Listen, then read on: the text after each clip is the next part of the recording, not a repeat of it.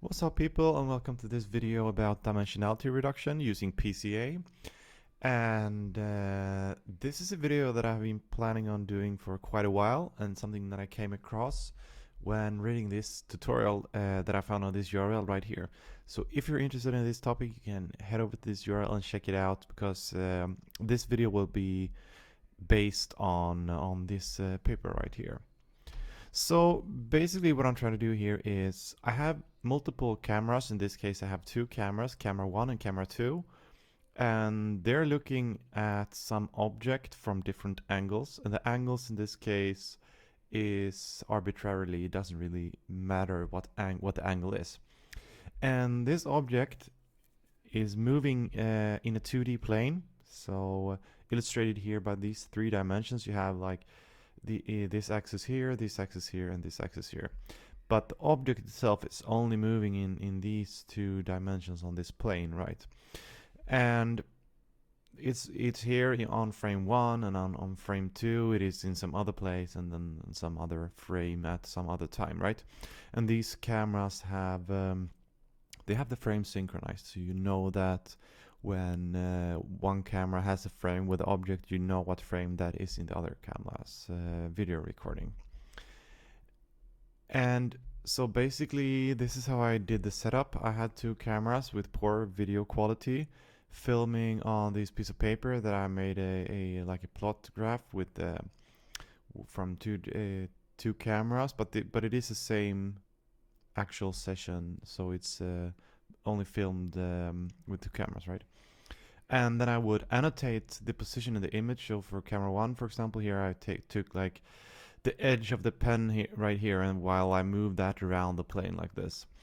And then I recorded the X and Y coordinates for both of the cameras. So the this is camera 1 X coordinate, camera 1 Y coordinate, and this is camera 2 X coordinate and camera 2 Y coordinate.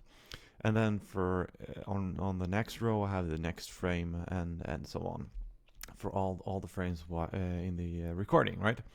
So then I'll get two different X and Y coordinates for both of the cameras. And what I did was I had this plane with this graph, and I took the pen and then I moved it along something that looks like this up to this position right here. And also I took a point along this axis that you can barely see it in the video recording, but it is this position right here.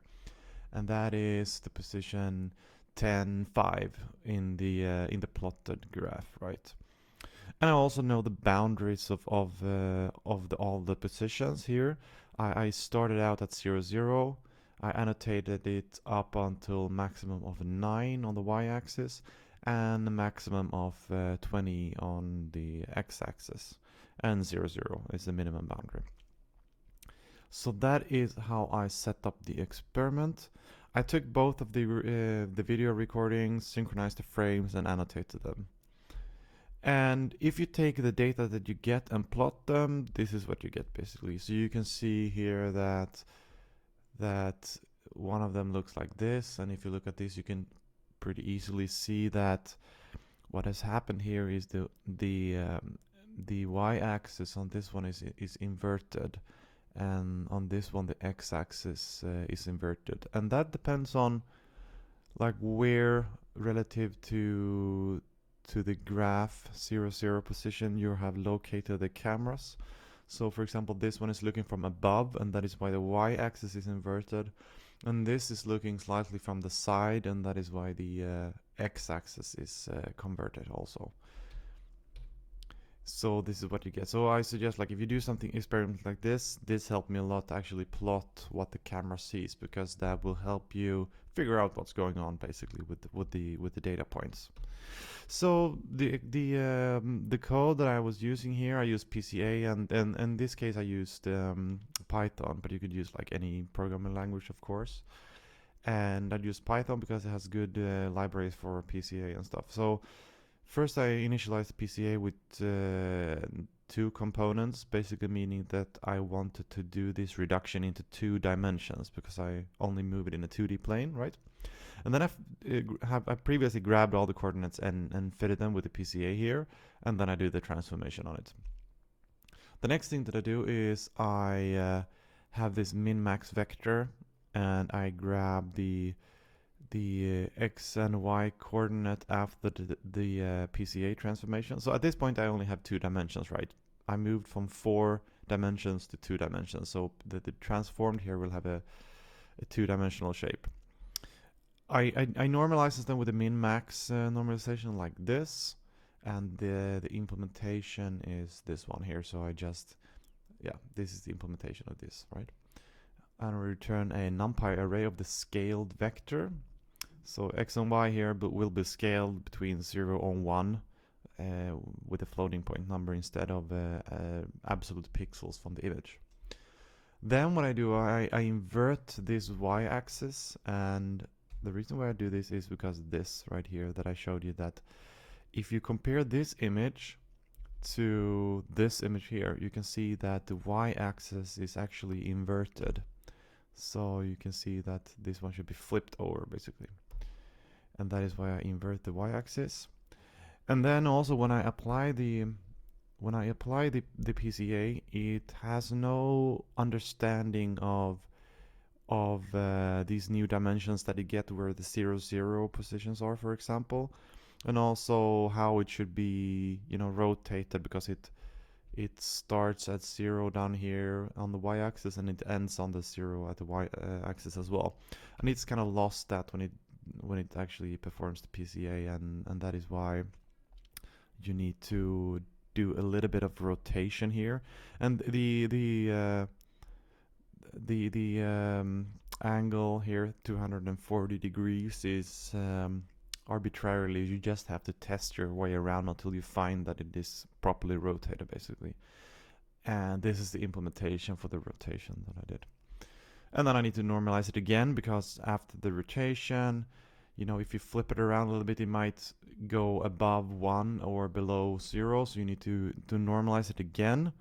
And then basically I just scale it because at this point the x and y axis will be between 0 and 1, but I need to scale them to this scale. Basically they're saying that it needs to be scaled between 9 here, which is the maximum, and 20, which is the maximum for the other axis.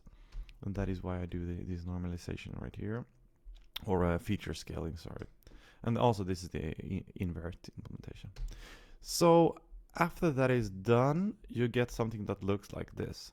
So you can see here that this is the merged data from the 2 cameras, and you can see that it starts at 0, 0, it goes up until almost 9 here, and here is the illustrated the point that I marked here, 10, 5, that I moved across.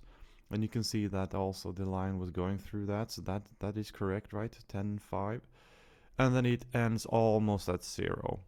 When I do the dimensionality reduction, I checked the eigenvalues and saw that I have some information loss, which is probably due to the cameras not being, like, you know, the quality is really, really poor. Or I didn't do the annotation 100% perfect or something. So it's not 100% perfect, but it is sufficiently good, I should say. And the code for this, I will put it in the description of the video. And if you head over here, you can see that I have this folder called frames. In here I have all the frames for camera 1 and camera 2. So you can go ahead and check all of these frames out if you want to watch the video, and the dataset will also be in the repository, of course. And here's an annotation script that I use to annotate the videos, and that will give you these 2 text files with the coordinates. So then I have this other script that merges these 2 text files into one text file, so I have all the coordinates for both of the cameras in a text file. And then I have some other helper functions here, like renaming the frames between with an index offset with a counter, basically. And this is already done for you, so this is just if you want to use some other movie. And here's the movie 1 and movie 2, sorry, the camera 1 and camera 2 movies. And the main file here is the main repository. So this is where you should probably start out. So first it grabs the coordinates, it does the PCA and all this that I talked about, and then it just plots it. So let's go ahead and see what that looks like. So if you run it, you get this video right here, and you can see down here in the right corner, you can see the coordinates. And if I check the starting position here, it is 0, 0, and up here should be the maximum of 9, and it is almost like 9 on the y-axis, like 8.98, and the point that I moved through here is 10.7 something something on the x-axis and 5.2 on the y-axis, so it's almost perfect. And here it is a little bit off on the y-axis. It's perfectly on 10 because it's been normalized, or sorry, 20, but the y-axis is a little bit off. It's like 0.6 when it should be 0. So you get some information loss when you do this, but it is sufficiently tracking what I did with the pencil on the paper, and I think that's super cool.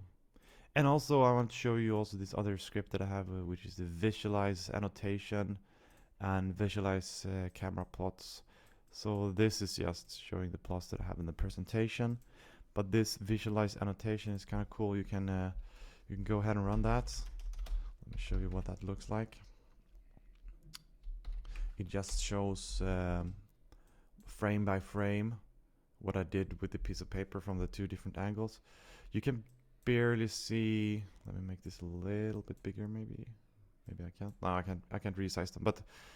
But the point is here, you can see that it sleeps for 1 second, and you can see here what's happening between the frames that I'm moving this pencil between the I think it's 172 frames, and it's a bit blurry as well.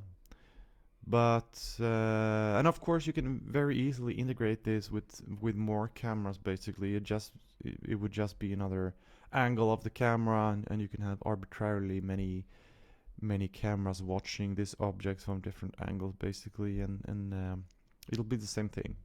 It will still be able to be reduced down to 2 dimensions, since this is like the 2-dimensional plane that it is moving against, because I'm holding it flat against the floor.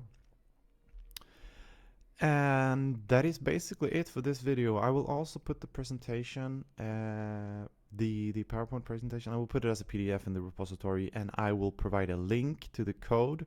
So if you want to test this out yourself and tweak it around, maybe try your own video on this and annotation and stuff.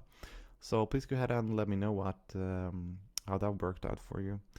So that was it. Thank you guys for watching this, and I hope you enjoy the video as much as I liked doing it. Alright, so thanks, bye bye.